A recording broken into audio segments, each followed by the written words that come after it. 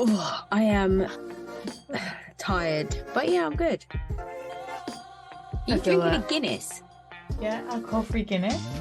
Oh, is it Yeah. nice? Yeah, it's good. Hmm. Yeah. I don't understand alcohol-free alcohol. But what else are you supposed to drink? Yeah, I don't know. I think I'd rather have a soft drink. But there's so much sugar. I end up feeling like my face, like my teeth are furry. Yeah, fair. So I end up drinking a lot of like fizzy water because I'm super fun. I saw this great tweet that was like, just because I'm not drinking doesn't automatically mean I'm not fun. That is an entirely separate decision that I have also actually made. Yeah. Yeah, fair. Hello and Oh, welcome. he's well dead, by the way, sorry. He died in 1990. Oh, okay. He's been dead a long time. Sorry, go ahead. Hello and welcome to this week's episode of the Not Even Real Housewives though podcast. Rosie and I are back. We are complaining about the weather.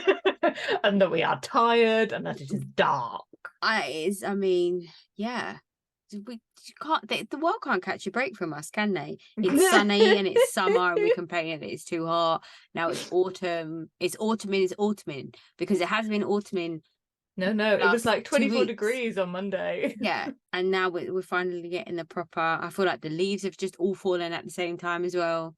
It's like have you ever wondered where all the leaves go? In the ground, don't they dissolve? Well, I used to wonder this, and then I moved to this house, and I've realised they come here.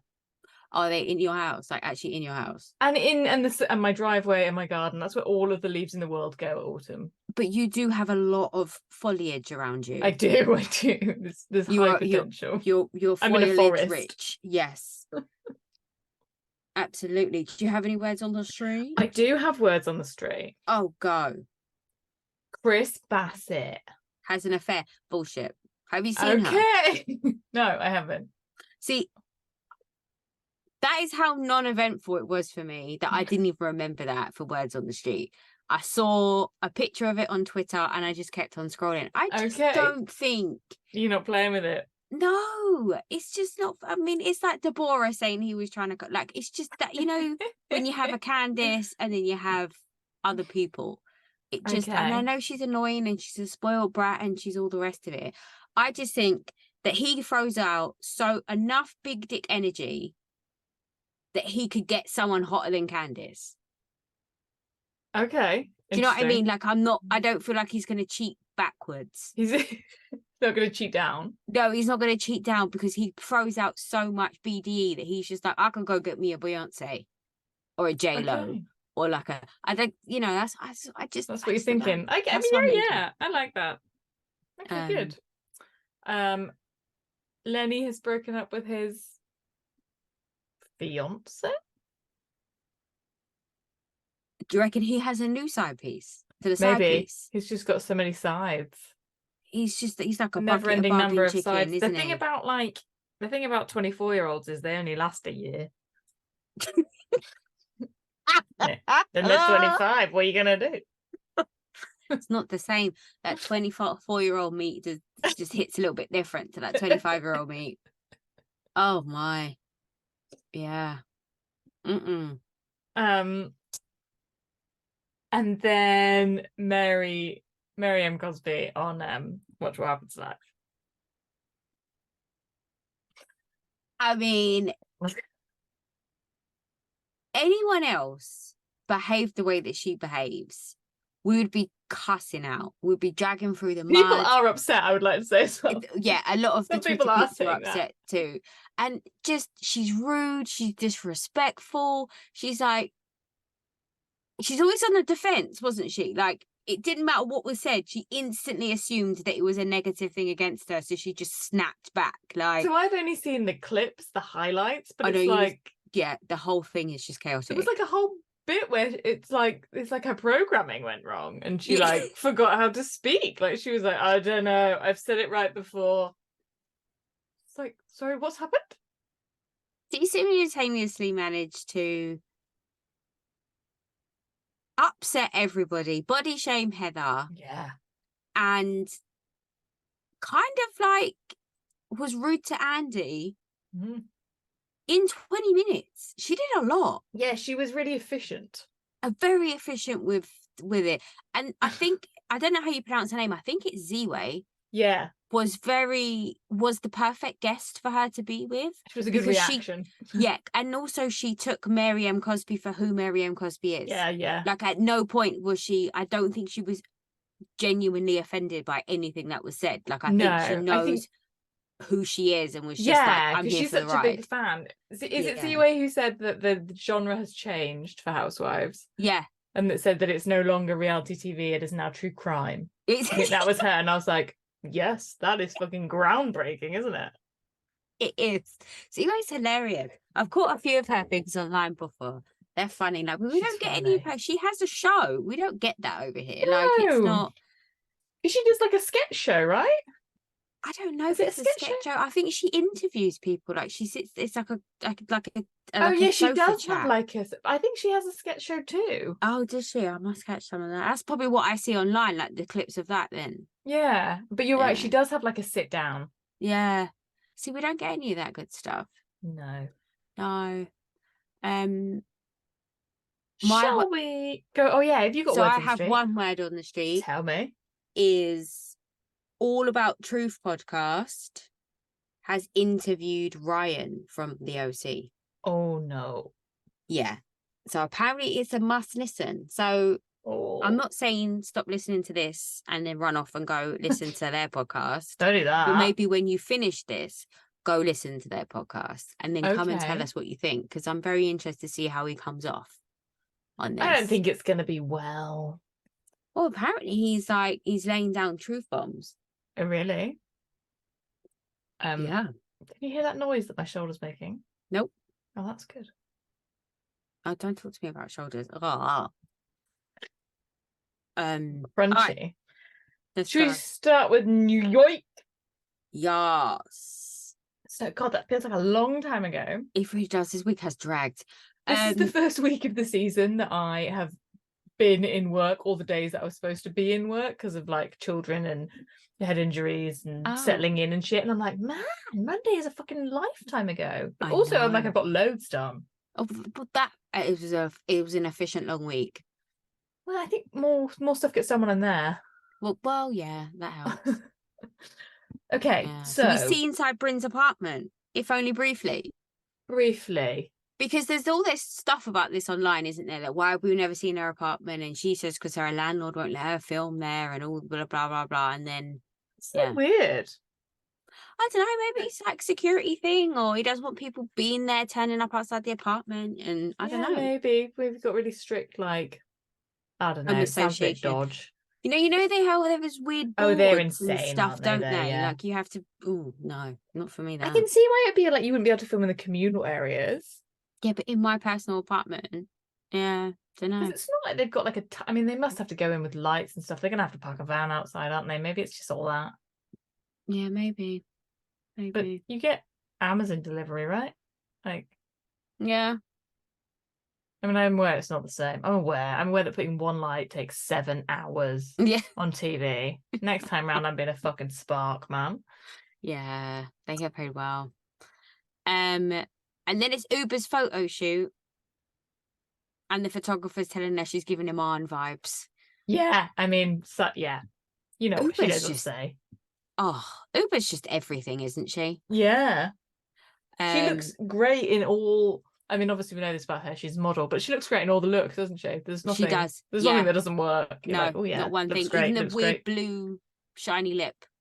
Yeah, I love the weird blue shiny lip. Actually, I thought that was great. I mean, I couldn't do it. No, but yeah, no, I enjoyed it. I enjoyed it a lot. Yeah. How cute did she look when she was at the restaurant with her like, or is it the testimonials with the like braid? So I have written down here her confessional look with the braids, the bralette, and the belts. Yeah. So it's like a cage top. Amazing. Absolutely amazing. Yeah. Oh. And I'd like to know when they film these confessionals too, because She didn't just get her hair braided for that one confessional shot. She would have had to have her hair like that for a while, because that's going to take like 8 hours. Yeah. So when was that filmed? They're significantly post, aren't they? They're afterwards. They're coming in because otherwise they wouldn't know what the edit was and they wouldn't know what to be looking at. You can't just be like, can you comment on everything? I mean, maybe they do. That's a lot. That's a lot of editing. It seems like a waste of everybody's time. Your face. No, you dickhead. They wouldn't do that. There were 9,000 hours.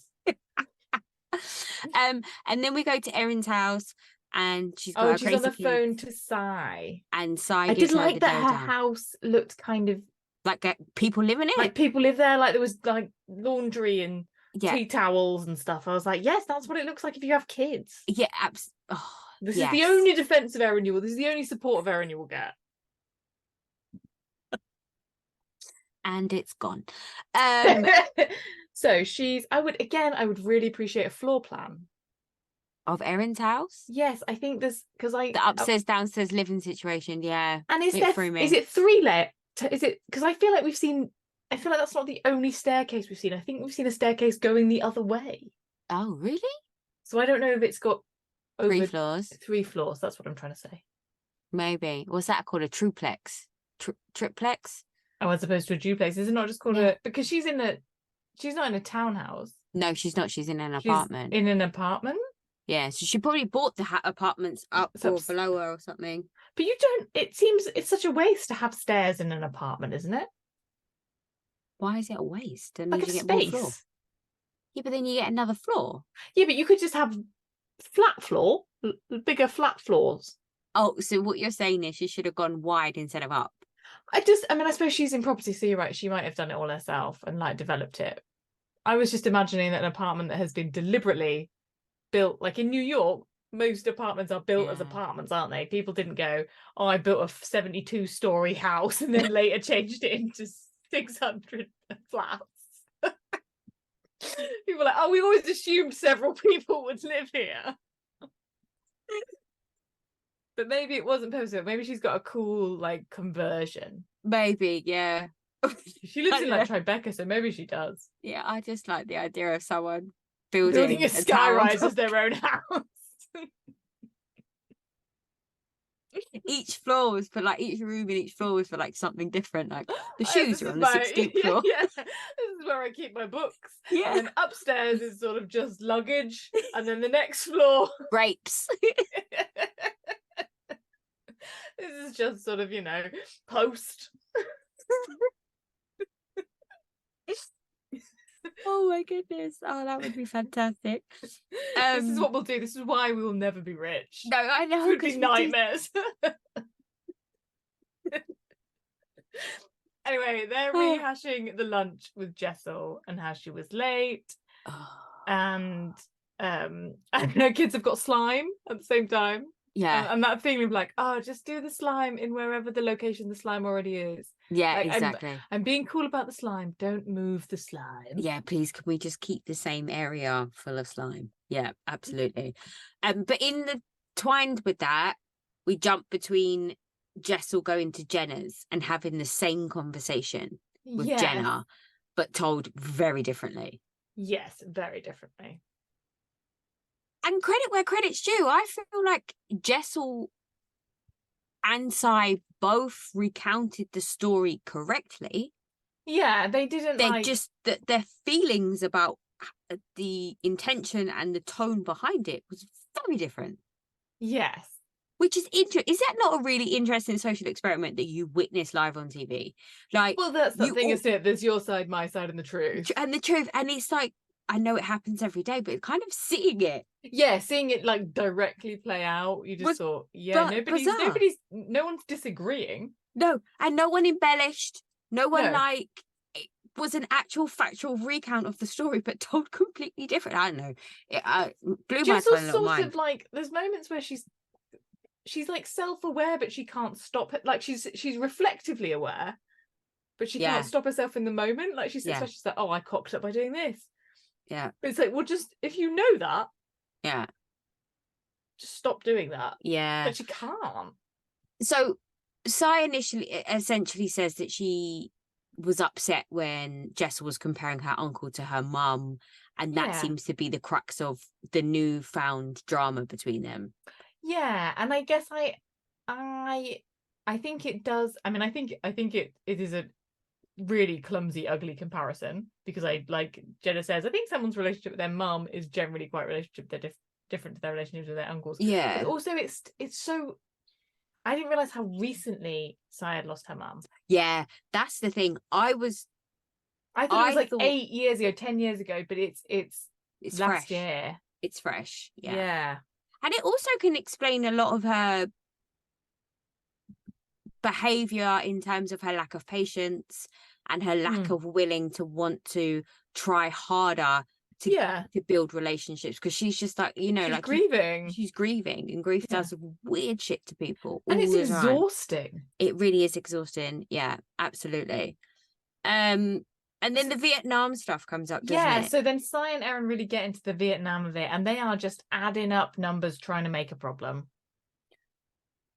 I think the problem is essentially based on the entire episode, starting with this interaction between, who is it again? Erin and Sai. I can't even remember their names. They're so boring. They're really insecure in their own marriages. Well, that's the thing. I'm like, why do you give a shit? They have to. They're really trying for it to be something, a huge issue. Why in the confessionals are you alluding to Parvati doing something? Why are you in the confessionals saying all this like inflammatory stuff? You know Jessel's going to see it and she's going to go mad.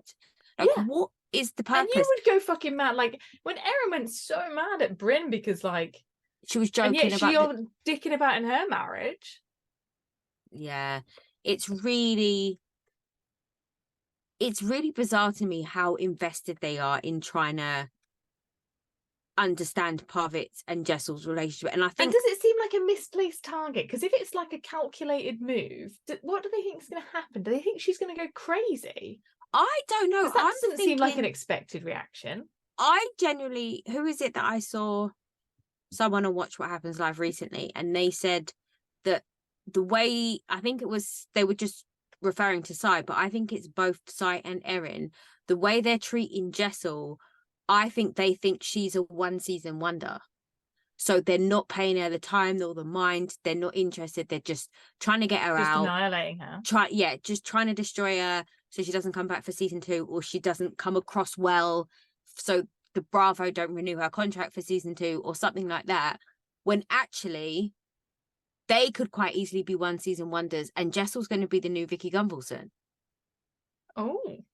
Like, she has, people love Jessel. The way that she's coming across to the fans, she has OG status about, like, she has that icon.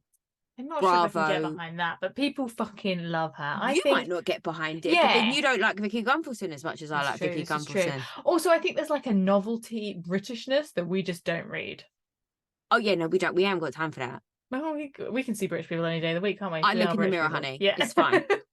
But I think there is a kind of like novelty, foreign, something she says funny. Like, there's a bit of that as well going on. Yeah, and I love the fact that she said full stop. When she period. Instead of period, I don't know, that it tickled me, because I'm like, we say full stop, and she said full stop. Just, I don't know, hit a bit different. But anyway, do you think that Parvati has Vietnamese cooch? No, I don't either. I just think if he was going to cheat, why would he go to Vietnam? I don't know, but like, because maybe he likes. Yeah, no, I don't know. Well, Vietnamese. I think they have Vietnamese people in New York. Yeah. I don't know. I feel like it's a bit much to travel that way to like cheat. I mean, I think it is a weird situation. Like, I think it's weird to fly to Vietnam for no real discernible reason. I do think that's odd. But not so odd that, like, I think I would just accept that it's a bit odd. I don't think I'd be like, well, there must be something super sinister. Because I think what they're alluding to is genuinely really fucking sinister. Because if they're just saying, oh, he's going to, like, have sex with a prostitute, I feel like that's okay, I'm like, but he could do that at home. Piece together the things that you're actually alluding to. Because if he just wants to have sex with a consenting adult for money, he can do that in New York. Yeah. Or if he wants to have sex with someone and not pay them, he can do that in New York. Like, Jesus, it's like the OC with the vault, isn't it? oh man. It's like what they're not saying is making it 10 times worse for everyone who's Absolutely, watching completely. it. Yeah. Fair. Right. Well, there's that. But I think they're like just adding bullshit and trying to stir the pot. Yeah. It's actually really frustrating. Yeah. Because I think you have to have a strong marriage. Yeah, and I think they're in a really shitty position. Like Jessel and Pavitt, like, because they're sort of damned if they do, damned if they don't, aren't they? Yeah, 100% thing. Their marriage has to be super strong to put up with this level of stupid. Like, not even the cheating accusations and all the rest of it, but it's like at a certain point, he's going to say to her, "You've done this to us because you put us on the show." Like, it's going to become a bone of contention in regard. Like, it's just really shitty. I don't like it. And then we move to Happier Times, where Uber and her food collaboration with Beatnik. Beatnik? Yeah. Is it a vegan place, I guess? They definitely said they had a lot of vegan options. Okay. All right. I love it when she goes into the kitchen and she's like, she's so tall when you see her against things that you know the height of. Like the extraction fan in a commercial kitchen. Yeah. And even where the counters hit her, you're like, well, that's at a point that the majority of people can like lean on and cut and it be not a problem, and you are fully having to bend down to get anywhere near it. She's so tall. Can we talk about pretzel bread? Yeah, let's. I want pretzel bread. Where can I get pretzel bread? I don't know. I'm not sure if I love a pretzel. Right. But what is the difference? I just feel like, what is the difference? What are they doing to I don't know how they make pretzels. I mean, that's too close to baking for me, and you know I can't bake, so yeah. This is like when I found out how they made fucking bagels. Yeah, bagels are baffling, right? What a process! Who could be asked? It's like those shops in Brick Lane. I'm telling you, I don't know when they sleep. God, what a palaver! Yeah, it's not for me. How did you come across that?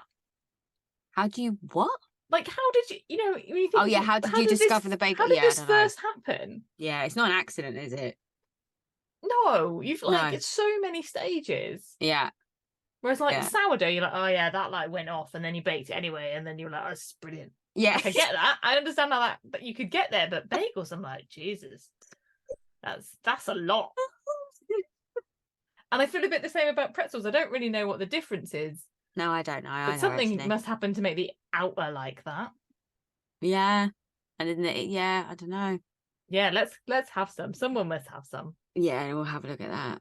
And then we go to Sai's house, and her aunt is there, and she's starting to cook. I don't know what she was making with those onions and those other bits of herbs. It must have been a sauce of some sort that looked amazing. It all looked great. And then Sai makes her cry. Yeah, with that book. So her mum's art was fire. I would have some of that in my house. Yeah, I would have some of that in my house. Yeah, absolutely. It was really nice. And she's like been selling us this whole hustle lifestyle, hasn't she? And then she's like, yeah, everybody's a fucking creative. Yeah.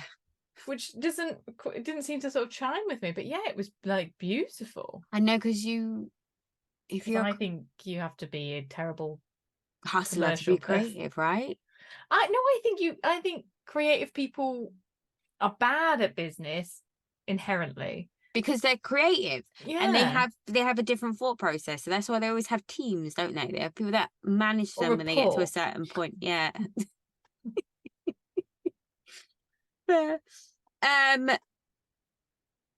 And Jenna gets glasses with her son next. Yeah. And I have to say, the thing that stood out for me was the price tag of the glasses. I thought they were really reasonably priced for a shop Jenna Lyons would go into. They were not like ostentatiously expensive, were they? No. My mum bought a pair of Gucci frames recently, and she has like 12 different versions of her lenses because I don't know how she functions. But like she's got bifocals, varifocals, half of the thing is this thing and the other half is that thing. And then they tint when she goes outside. I think she spent $1,000. Yeah, you can do. Yeah. Like, so I'm like, she could have bought 2 pairs of Jenna Lyons glasses for that. Yeah. Yeah, I think she's not just going for expensive, is it? She genuinely goes for what she likes. Yeah, she just looks great in everything, doesn't she? She said that they were made of organic. No, the guy said that they were made of organic acetate. Yeah. And I thought, Is that a thing? Well, I don't know. I was like, does acetate like exist? It doesn't grow? Like it's Maybe a it grows in a plastic, lab? isn't it? Is it? I was like, I have to look into that, see what that means. Yeah. Maybe it wasn't sprayed with anything during the process of being molded. Yeah, maybe. Because that's essentially what organic food is, right? It's got no pesticides. I suppose loads of things like are organic in that sense, and that we don't expect them to have pests growing on them. Yeah, exactly. There you go. Yeah, that's good. Probably loads of like I've got like an organic laptop. Yeah.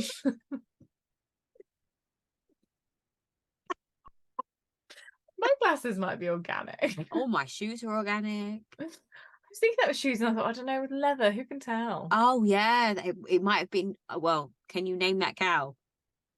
Because then Oh, I got into a whole farm sustainability issue with shoes this week with a designer who was like, oh, well, I'm vegan and so we can't have animal products. And I was like, but the thing about these vegan shoes is that they're shit and they fall apart and then you have to put them in a landfill. Right.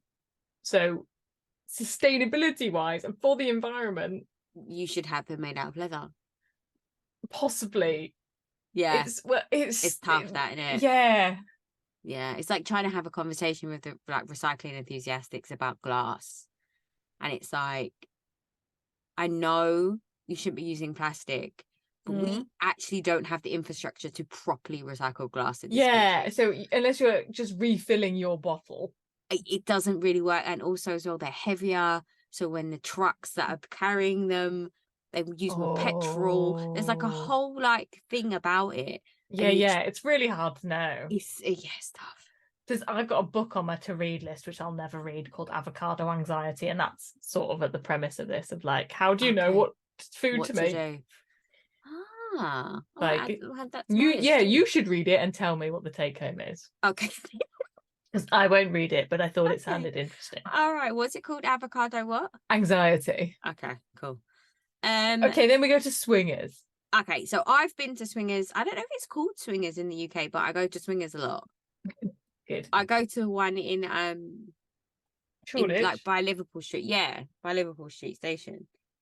It's always a good time in there. I love it. And it seems like it's the same vibe in America, except you can't customize the drinks in the UK. They come as they come.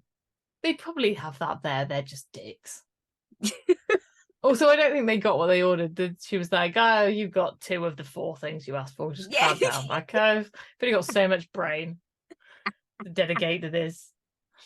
And then finally, Si's worked out that she should eat before she goes somewhere. Yeah, but then Erin's pissed at that. She's like, she can't win, this is not your fucking food, though, is it? You're not making this food. Why do you care? No, absolutely. And then she was like, but I've ordered loads of food. I'm like, no, you've ordered chips and dip and like some tacos. It's not like you've ordered loads of food. There's fucking 6 adults here.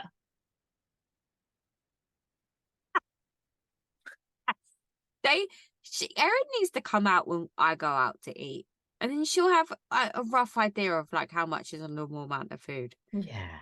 It's not normal, actually, all the food that I order. Also, Erin's turned up in her like this is she's a little off with her dress sense of like appropriateness. Yeah, she can't do cool, can she? No, and then she's in heels for the golf. Yeah, she's sort of posh mom. Yeah, I did actually think that I thought she looked strikingly beautiful that evening. She looks gorgeous, and not a lot of people can wear like a button to the navel. No. But it didn't scream Swingers. Yeah. She would look very out of place in Shoreditch, and I'm sure she looked very out of place in there. Yeah, absolutely. And then Abe says how he feels bad for Erin because he's just like wants to fuck her all the time, or just wants to fuck someone all the time. No, I heard he just wants to shove his dick in her mouth. In someone's mouth. In a mouth. Yeah, that's the one. Yeah. Which it came off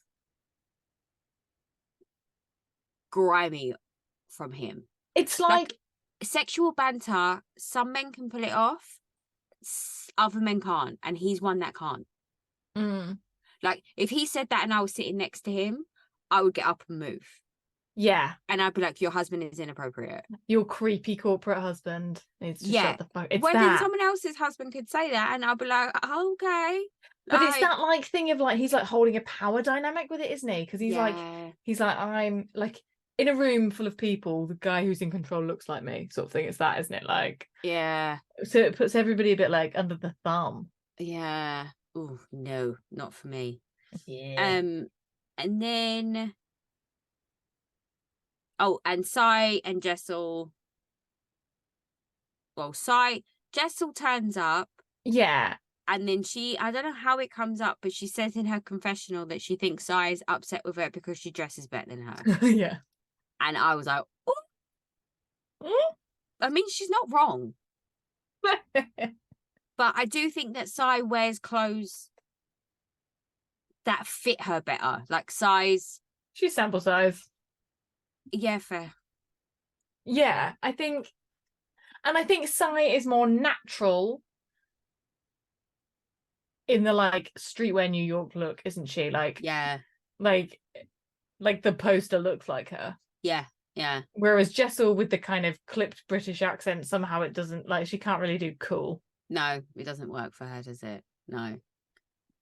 They get into the plane ticket again, though, don't they? At this point, about how he's bought a $900 plane ticket that he gives him 15, and I don't care. Well, apparently it's really confusing, and Jessel is a liar. Essentially, is what the end situation is for that whole thing.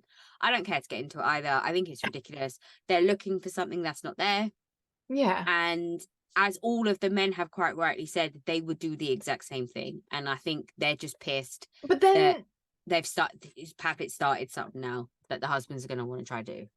But I also think, like, because then when they split off and Pavitt's with the guys, they're real dicks to him. Yeah, they're not very nice.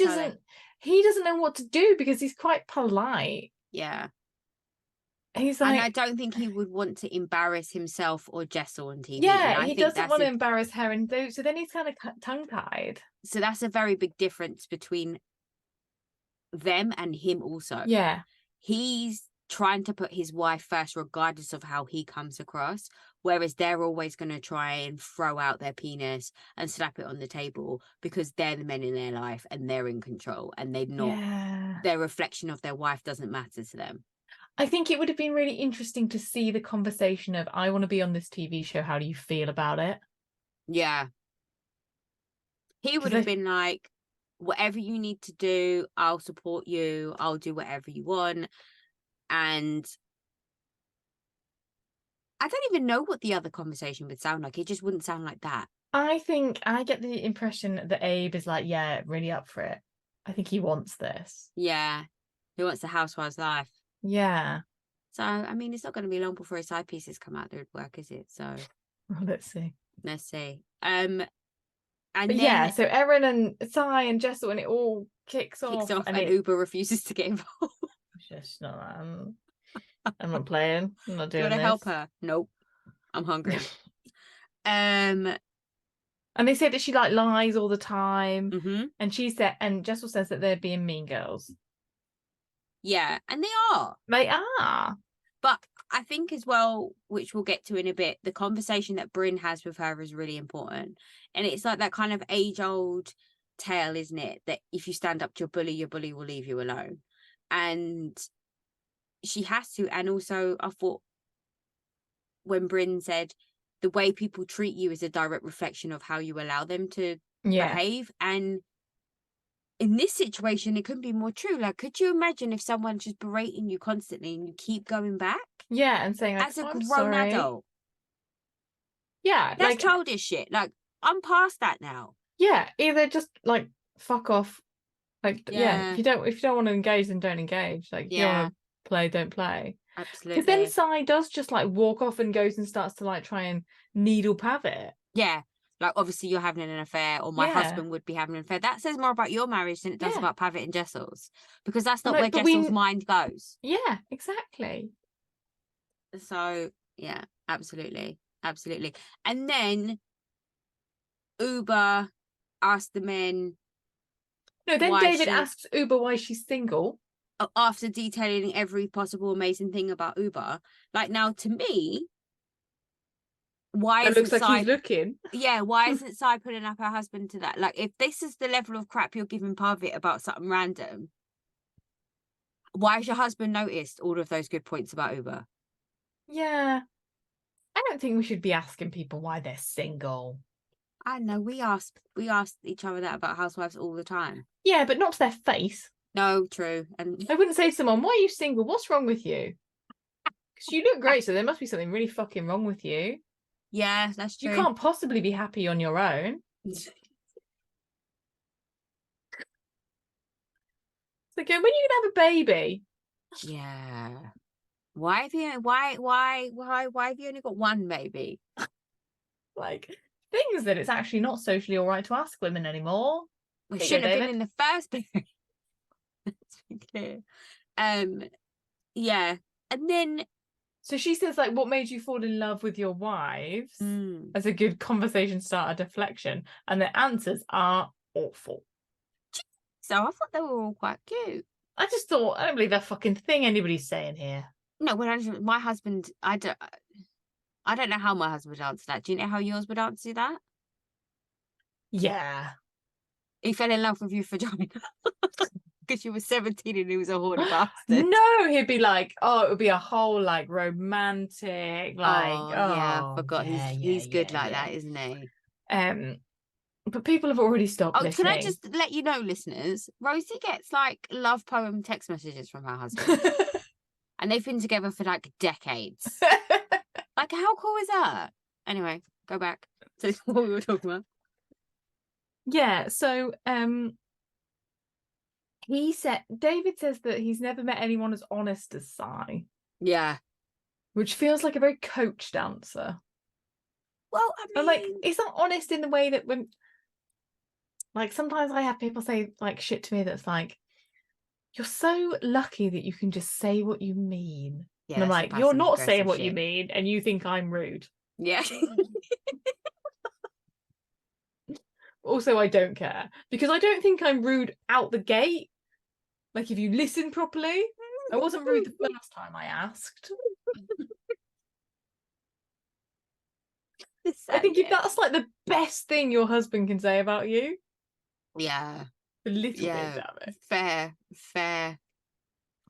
Like, I would rather someone said like that you're like, you have a strong like moral standing, you know what you think is right, which is sort of the same as like not being able to lie and always telling the truth. Yeah.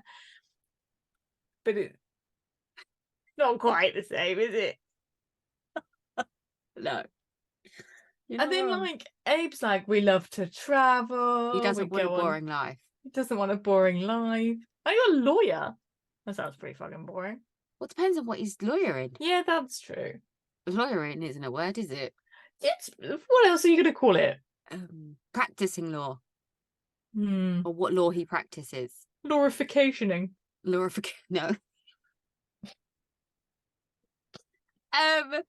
And then Pavitt just sort of tries to say what they've said in like different orders of words, and I was like, oh dear. No, but that's not what he said. He said that the only reason why he married Jessel is because he can do whatever he wants. He can do whatever he wants. That's what they took away. Erin and Sai heard. And I'm pretty sure that's what their husband said also. Yeah.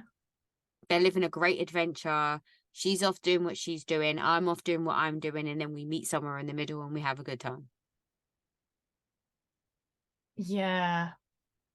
That's what I heard from those two husbands. And I think, is that really what upsets them? That they need to be in control of those men.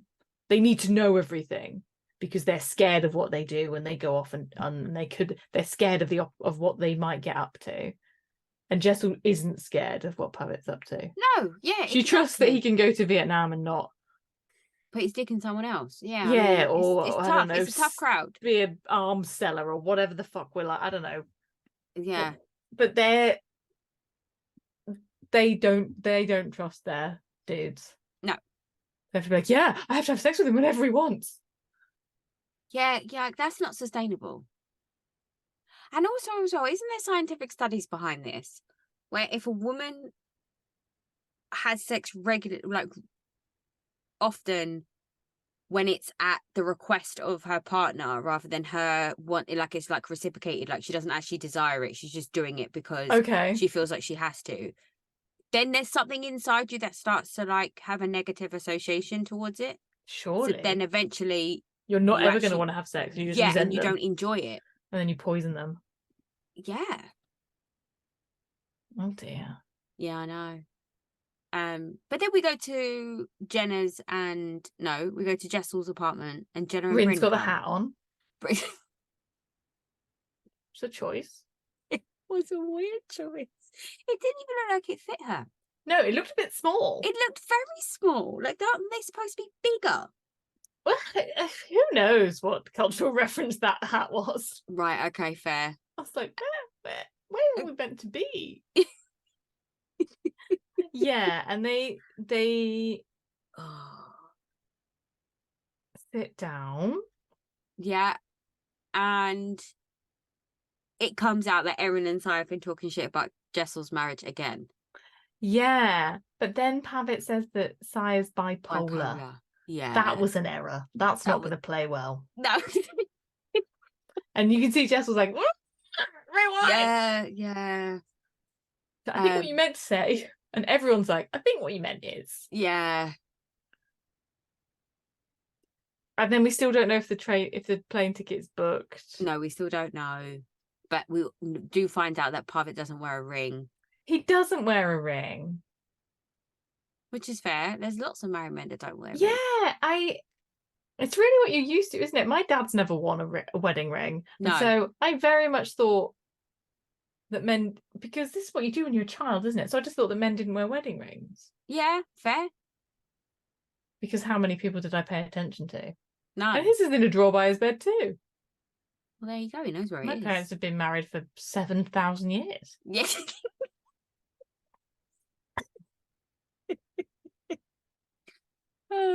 Yeah. But Bryn's comment, we don't poke holes in people's marriages. You poke holes in condoms for very rich men.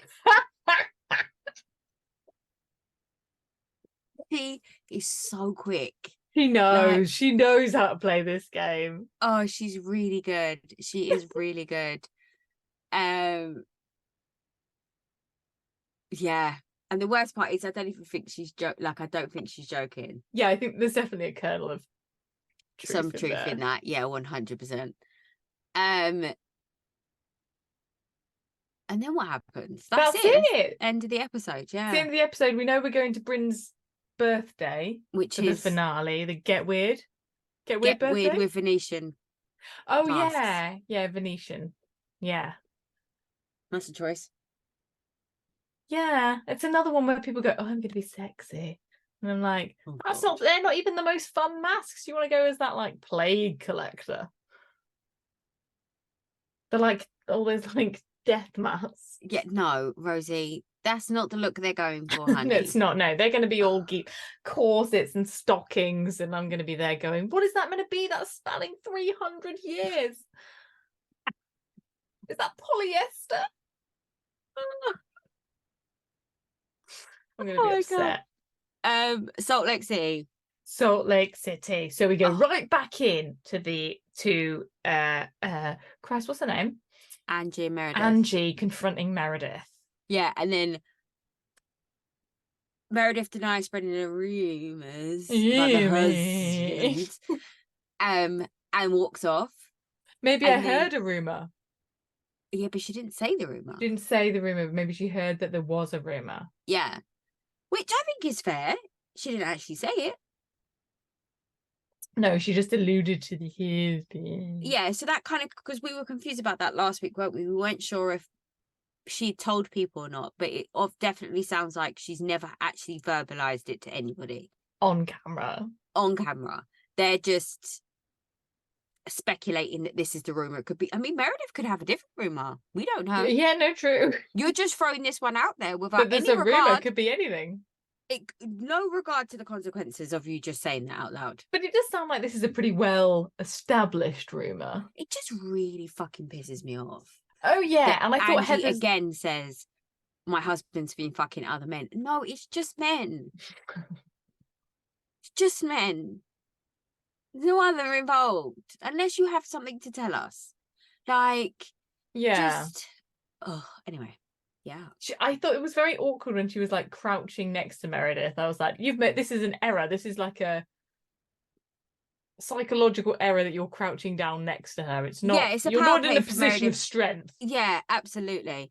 And I love the fact that like Lisa's confused, like what's going on, what's happening, and then Angie just throws Lisa straight in it. It's like when you told everyone about Lisa giving blowjobs for jazz tickets, and Lisa's just like, wait, what? Why am I in this now? Why has this come back up? I really thought that was put to bed. Poor Lisa, I felt bad for her in that moment. Yeah, she did look really blindsided, didn't she? She's like, huh? To be fair, there was twice this episode that I felt bad for Lisa Barlow. I think I only managed that one. And then she says, she's like, "You're the only one spreading your legs to outside of your marriage." I mean, ooh. And Mary's sitting there saying she's upset she wasted an outfit. I think it was a trip well made. You've had a good time. If you can't say that you've had a good time, that is your problem. You got pizza from a lazy waiter. Oh, good Jesus, she's so rude. I see you're lazy. I said I could really eat some pizza now, and she said to Monica, "You can order your own." This bitch, I mean, it's next fucking level. She's so even the shit awful. I say to myself inside my head, it's not as bad. It's not as cutting as Cosby. No, absolutely not. And then they all leave the party. They all storm out. Yeah, they sort of talk about like the concept of the rumor about how like because Monica says how they're all being like really Utah by being really fake. And Heather's like, yeah, of course there's a rumor that he's gay. He's a hairdresser, he's fucking Utah. People thought he was gay because he wore a cardigan. Which I think is brilliant. It was fantastic. It was great. That was a great moment from Heather. Heather's redeeming herself this season, I think. She is sometimes funny, yeah.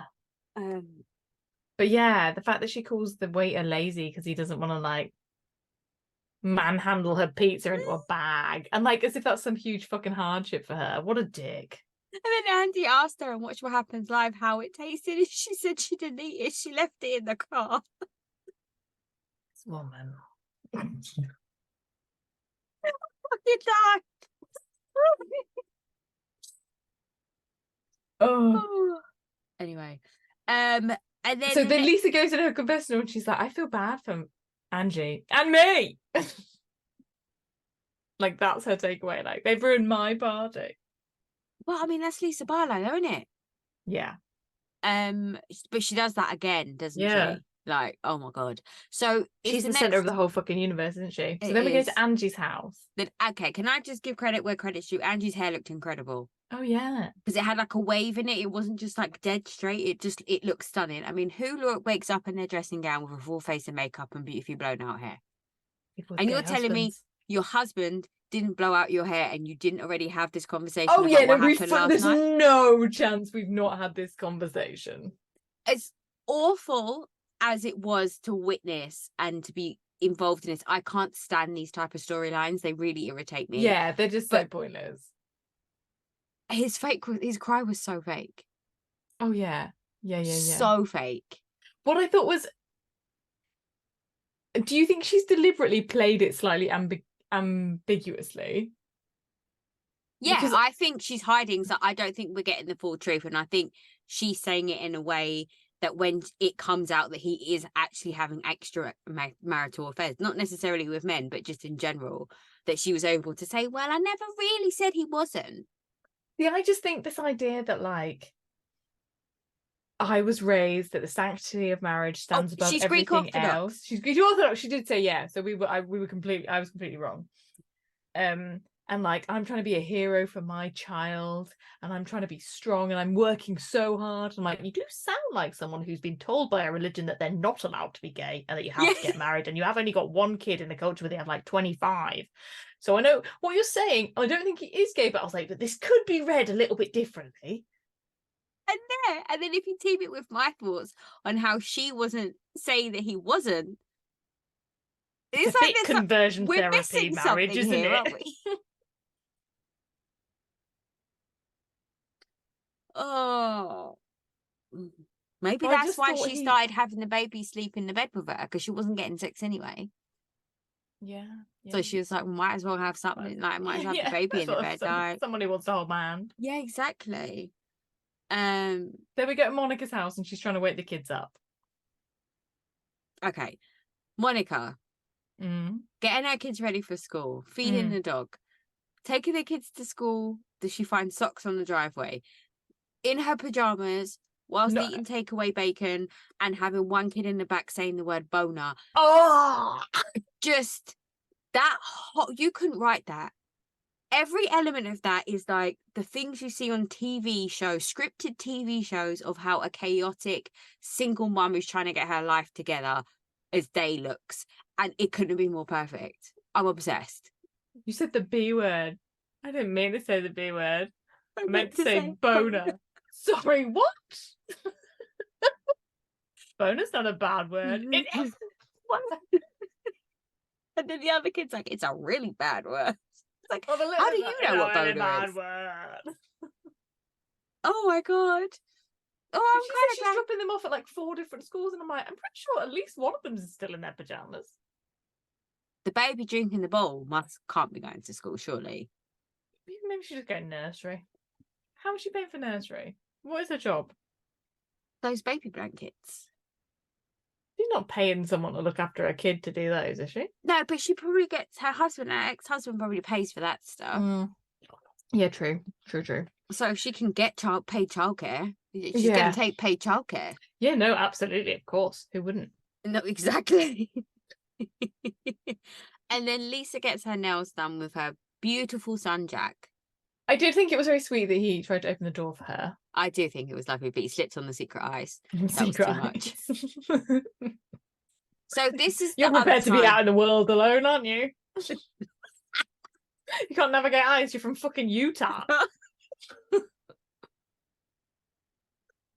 I think that might be the name of the episode. You can't navigate ice and you're from fucking Utah. This was the other moment that I felt bad for Lisa. It's like, I don't think she gets enough sympathy and enough like understanding from people that she is about to lose her kid for 2 years and not have any contact with him. That's a huge fucking deal.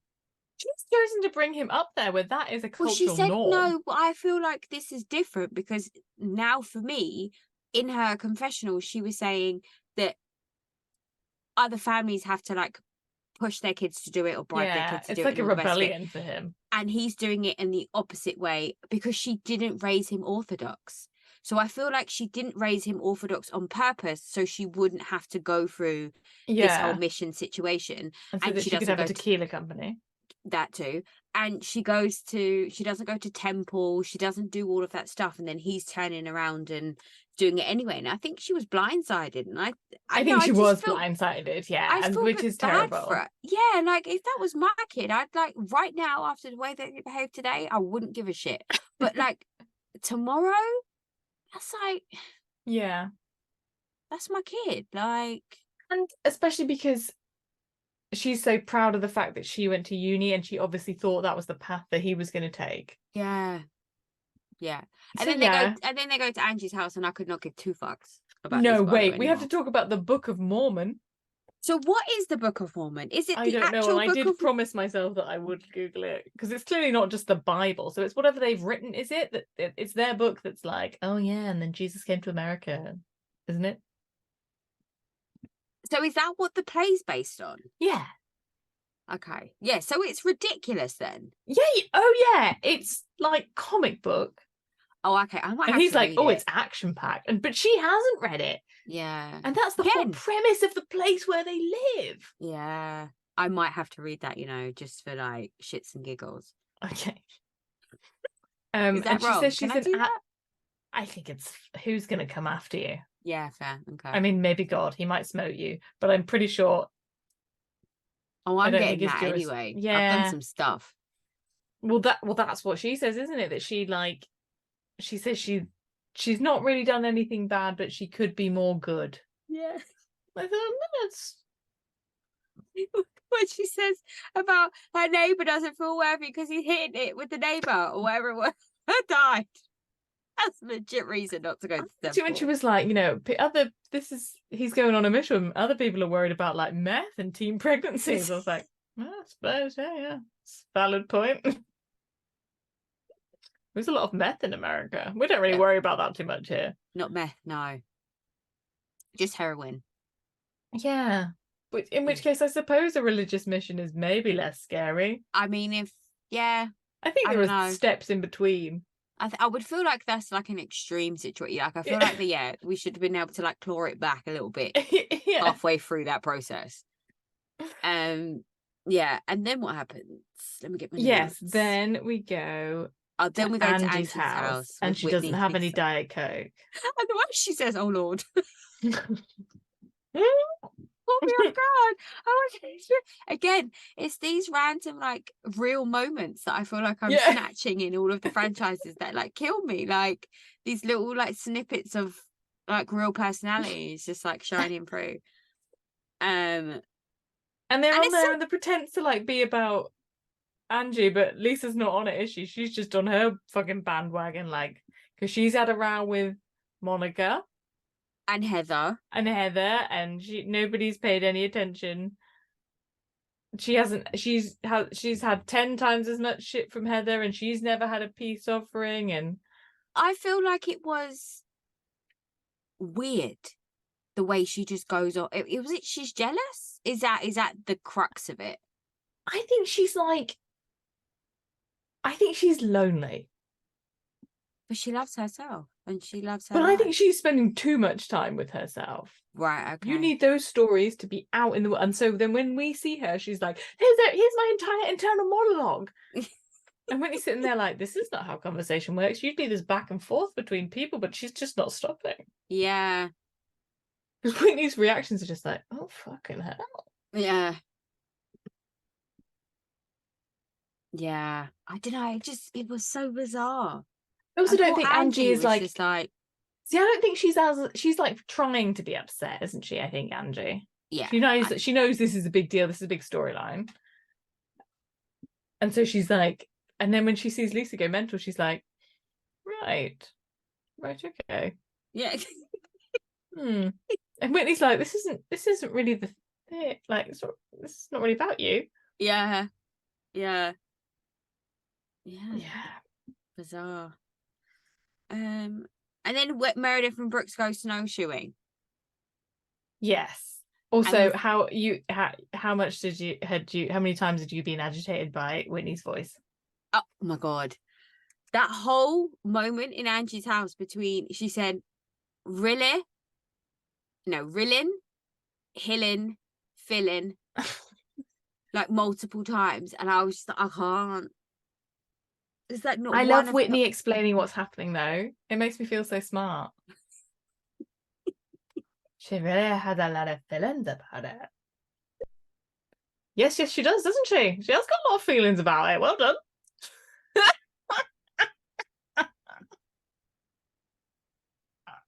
Oh. So I love Meredith and Brooks' snowshoe. I love everything about this. My not favorite moment, actually, that's not what I wanted to say. My thing was, I don't understand why the producers put Meredith's accident in inverted commas. Damage done to that car. They just drove into but they nearly died. They did not. And it was a whole thing. Like, I can't take anything Meredith says seriously. Like, I don't feel anything from that.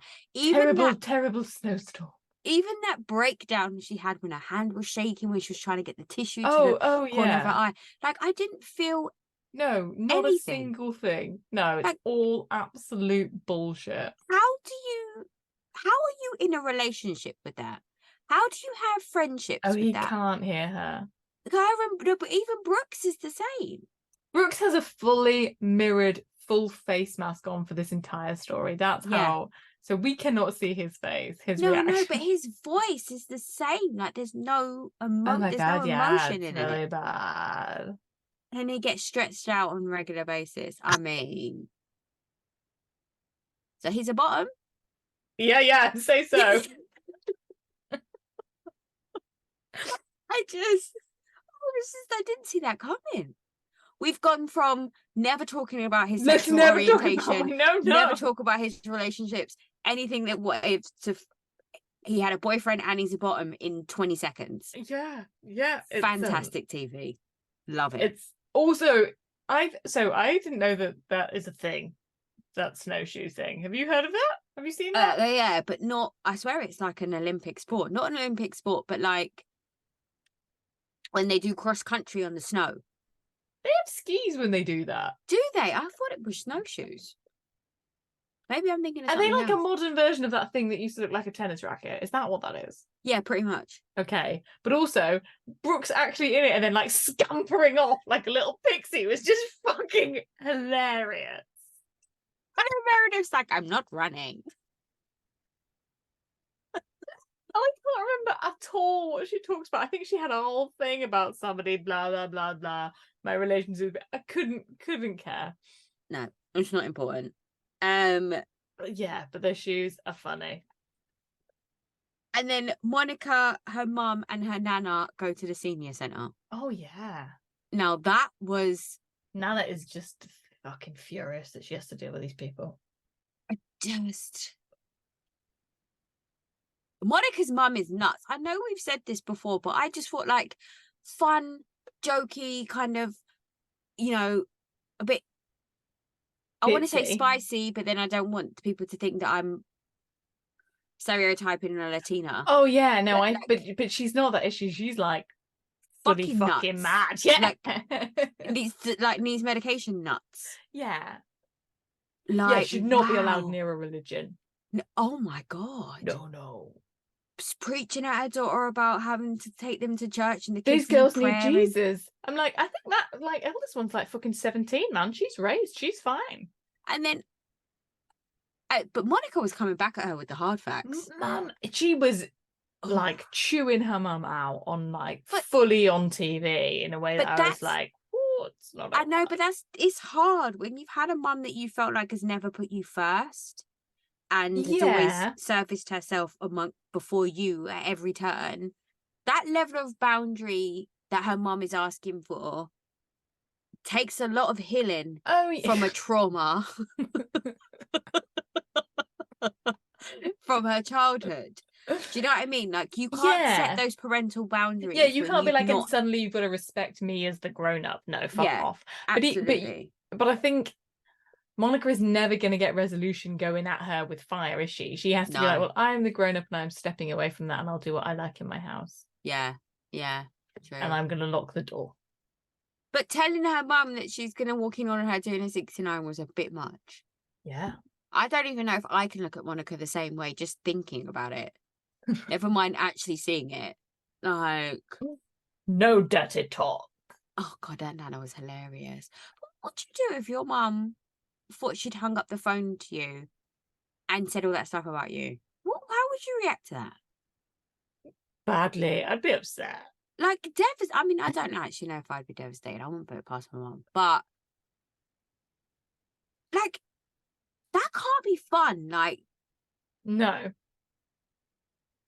Like you say, like, even on my worst day, the stuff I think about in my head that I want to say to my children, I would never say out loud. And it's not that bad.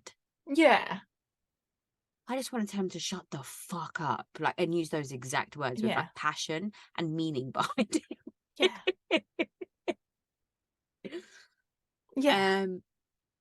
Yeah, it's just that I'm like, yeah. But the mum's not going to change. It's that, isn't it? I think this is what you have to accept as an adult, isn't it? You have to meet people where they are.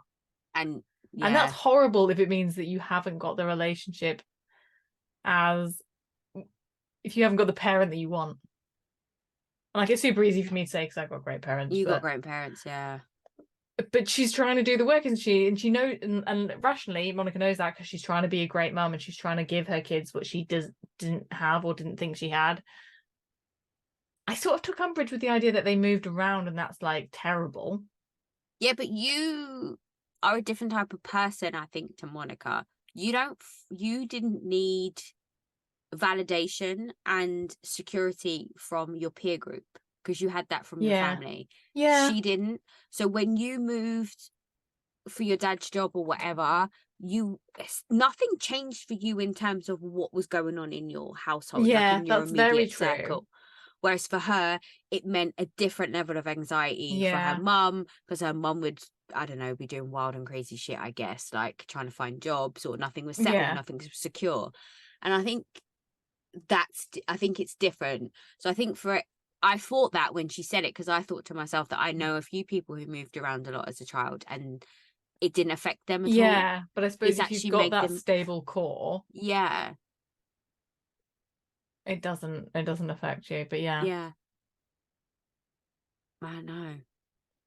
And then Heather and Whitney go skiing. Yeah, and Heather's concerned about Jack going on his mission, and why is Whitney not? So where do you sit on this? Because I fully see both sides of this conversation. I agree 100%. I mean,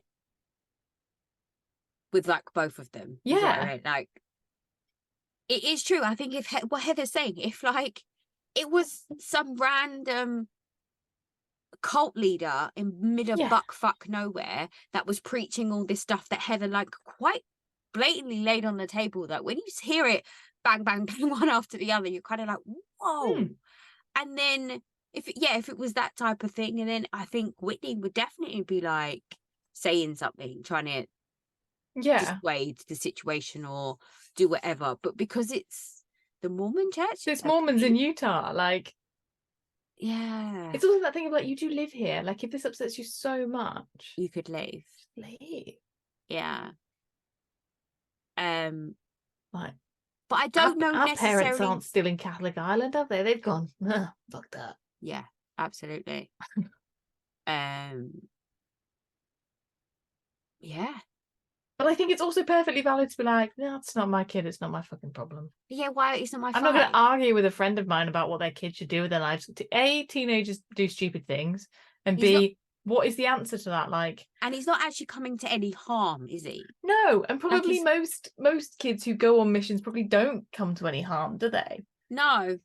Like, it might be hard and people might be rude to you, or it might be boring, but and you might miss your family and stuff, but you're not going to be like, you're not like a slave or like a, and realistically, you're not actually going to convert that many people, are you? Like, most people now, like, it's not like it was 100 years ago or even 20 years ago when like Heather was doing it. Most people are like, nah, I'm good, thanks. Yeah. Like, the people who get converted were going to get converted to something. True. Very true. But I loved it when she was like, oh, Lisa's butthurt about this. I haven't really heard that as an expression. Oh, that was great. I was like, oh, she is. Yeah. She very much is. She's butthurt. But I also think it's all like, I kind of feel like it's all fodder for her book sales. Yeah, she does bring up the book a lot, doesn't she? But you know that she has to pay Bravo 10% of everything that she makes. Oh, really? That's the Bethany clause or something it's called. So That's really smart on them. So Bethany was the first housewife or whatever that wanted to launch her brand through the Housewives, and they said, well, you can put it on. You take a cut. And we'll take 10%. And I went to like one lecture about branding and stuff at uni, and I didn't pay attention. Oh, okay. But I remember they talked about the person who designed the Nike tick. Oh, yeah. And they got paid a one-off. Oh. And they were like, don't do that. Yeah. Because they got paid like $40 or something. And it's millions. As opposed to the person who designed those stacking chairs. Yeah. Like and they said that their contract is that they would get 0.01% And people were like, that's fucking nothing. You're not going to get anything. And there's like 1 billion of those chairs. Yeah. And so they're like a billionaire or whatever, Yeah. a millionaire, whatever, Yeah. some maths. And they were like, do that. That's the answer. Yeah, If you've got something really good, yeah, take a percentage of all of it. genius. OC. OC. It's the finale. Shannon didn't mean that CPS were going to take her children. What the fuck did you mean then? Because that's exactly what you fucking said.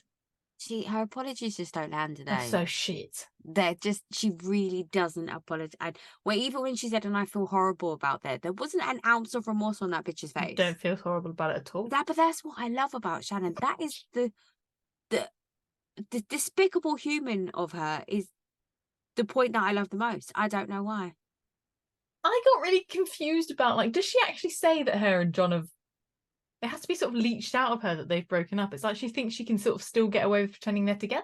No, she was very clear that they have broken up, but they are still hanging out and having sex. And having sex. And having social media photos done together. Yeah. So that's a huge difference from when they were together. I mean, he sounds like a really stand-up guy though, doesn't he? Doesn't he sound great? I just well, you colours to that mast.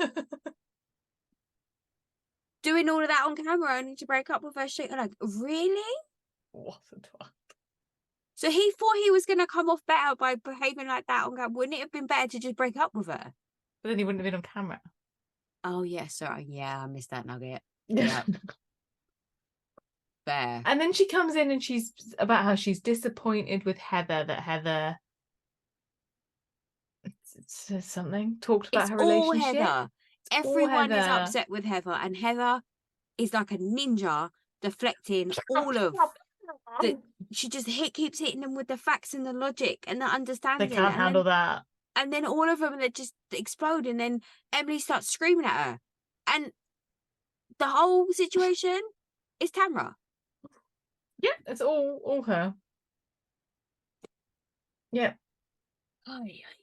And this idea that the idea that Shannon's like, no, and I don't ring people and say things about John, and everyone's like, yes, you fucking do.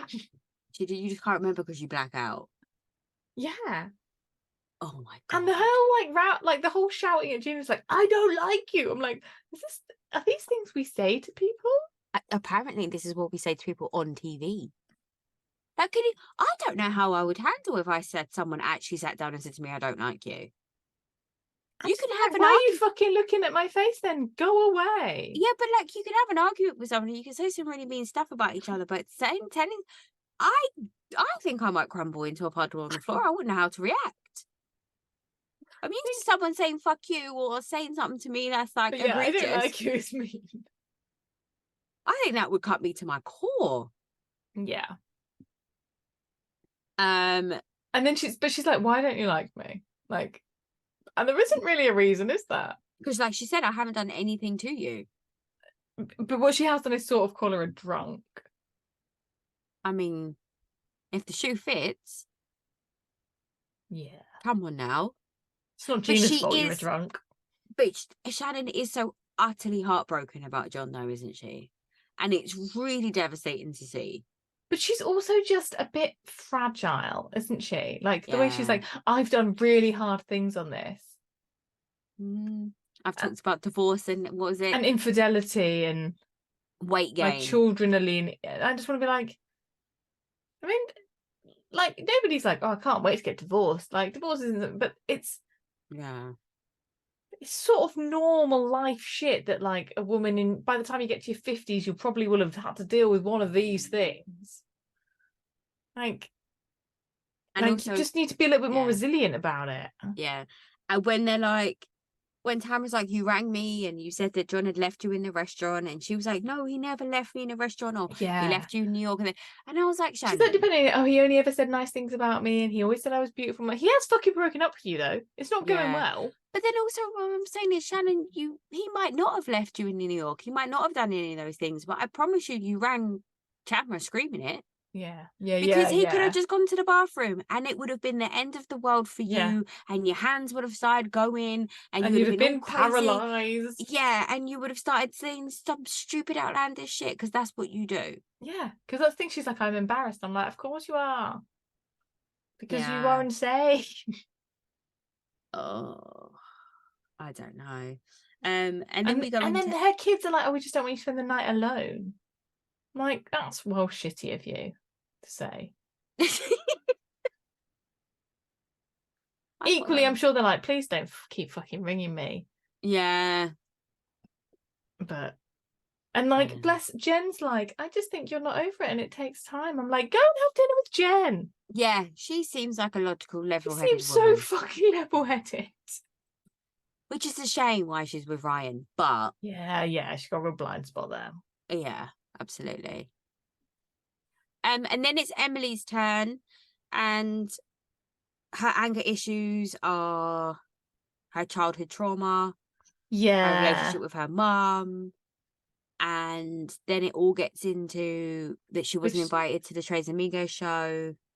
Yeah. And then she kicks off at Heather and calls Heather Judy. Yeah. Judy.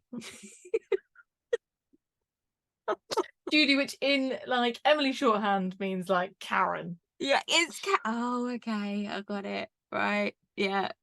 And the way she just sits back, she's like, all right, go ahead, Judy. I was dying.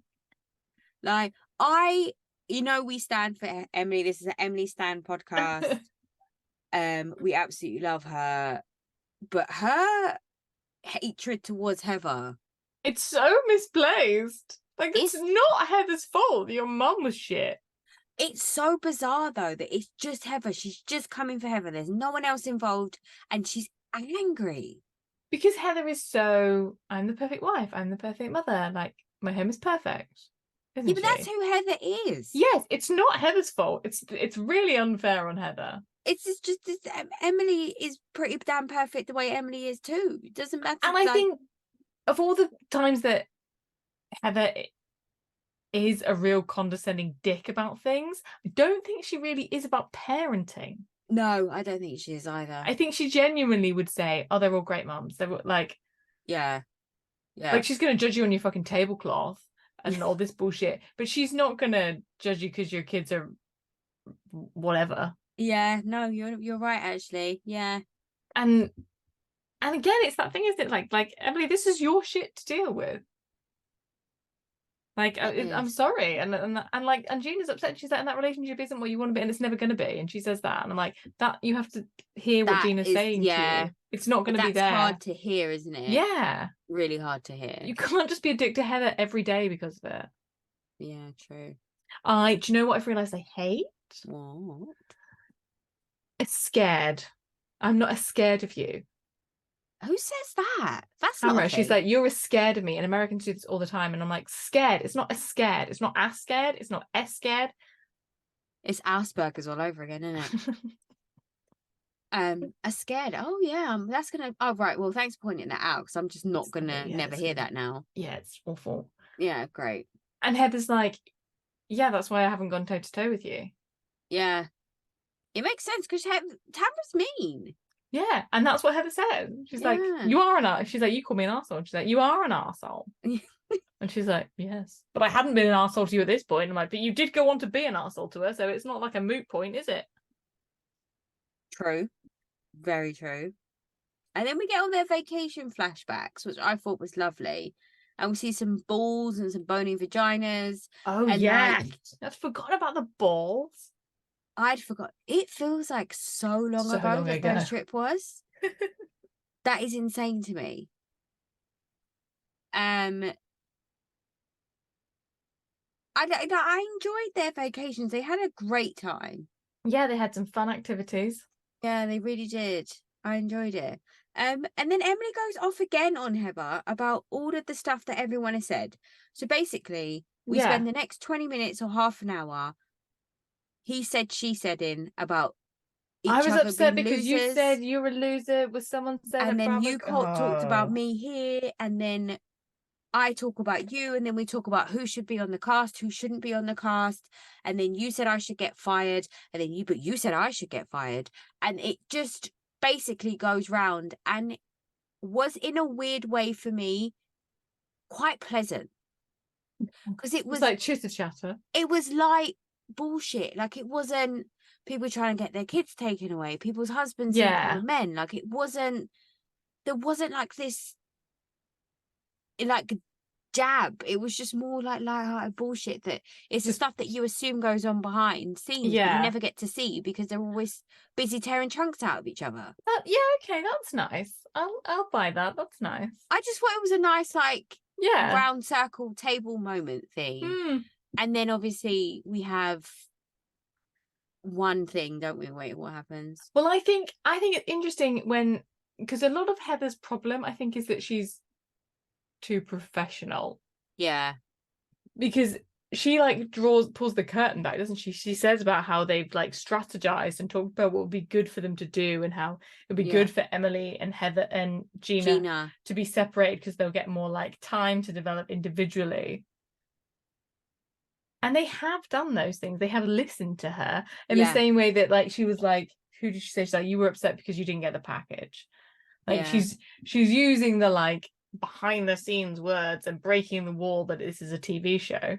Yeah. And they don't like that. No, because they think that they're either they think that they're in on a joke that we don't know about. That's it, yeah. That, or they genuinely believe that this It's show all is real life. Yeah. Exactly. Yeah. And then do we think we saw the moment that Tamara gets fired, or is she coming back? The thing is, I think she knows she's played and won. Yeah. Because it's so good he can't not bring her back. I know, because it was a Tamara moment. It wasn't disrespectful. I think it's like if you said something to your boss in a meeting in front of like an external client or something, and your boss would be like, look, we were in public, show some respect. But if you were in the office, you could say that to him all day long and it wouldn't matter. And I think it was that type of situation. They have that kind of bantery friendship. Yeah. But she's not supposed to cross that line on camera. No, not when I'm sitting in the middle in the chair. Yeah. Yeah. Because if I say something, then it's true. Yeah, because when Brandy told him to fuck off, it was different. Oh, yeah. When Carol told him to fuck off, it was different. Like, it wasn't the same kind of vibe. So I don't know. But I did like, but I think in the moment he didn't know. Yeah. You could see him going, like, he didn't know how he was going to land and that reaction, because he was like, oh. Okay. Yeah, true. So I don't think that's a final cut decision, but I think he's going to look at it from a business point of view and go, you'd be mad not to bring her back now. Yeah, absolutely. Just cut her pay, maybe. I mean, I wouldn't send her the contract out first. I'd send everybody else's contract out. I'd get her sweating. Yes, I like the way you think. Yes. Amazing. And then that's it. They all kumbaya. And that's the end. Well, Jen's like, I have no idea what's going on. Now, she truly believes it's all real. Because look at what she believes is all real. Her judgment of reality is fucking way off. When filming stopped, she was like, where did everyone go? Like, guys? Like, oh, so we're not friends anymore? And then still at the end, she's like, but promise me that this is really it. And she believes Tamara, and I'm like, mate, come now. Like, what is it? Like, fool me how many times? I mean, at this point, she should just be wearing a sign on her head that says stupid. But she very much thinks she's coming back. Yeah, she does. I wouldn't say she wouldn't. I think she had a solid first season. Yeah. A solid first season. And Orange County has one of the highest, and New York have one of the highest turnovers of one season wonders, don't they? Yeah. But she's very confident in it. Yeah. I liked Heather's little tidbit of like, there's a better house coming. Yeah. Can't wait to see that monstrosity. How do you top an embryo in a window? Oh, there's gonna be sculptures and all fucking sorts. I love it. It's gonna be it's gonna have a full TV recording studio in it. And she's creating just theatre for Terry. Yeah. And they're just like, they just made their own world, and then they're paying themselves, and then they're telling everybody that they're a big deal. She's just gonna employ people to film her doing like a soap opera, and she's gonna write it, and then she's gonna pay other people to be in it, and it's like full Truman Show. Oh my God, that is so dark. So dark. She's gonna recast her kids. She doesn't like those last two. Yeah. All right, well, that's it then. I liked Vicky got in there as a little appearance, didn't she? She did. She had to just. Do you reckon she really did send that at that moment, or do you reckon Andy just wanted to give a shout out to Vicky? I don't know. I'm happy either way. Yeah, fair. And then they all just leave in their outfits, like no one gets changed. Because they own them. Oh. Okay, yeah, fair. I learnt that from the Vanderpump Rules reunion. When I asked the world why Lisa Vanderpump was the only one who left wearing her clothes, and they correctly told me it's because Lisa Vanderpump owns her clothes. She doesn't have to return them. Nice. Good night, everyone. Oh, good night. Speak to you next week. Let us know if you agree with us, as always. Rate, follow, and subscribe, and keep telling us what you think. We'll speak to you soon. Bye. Ciao.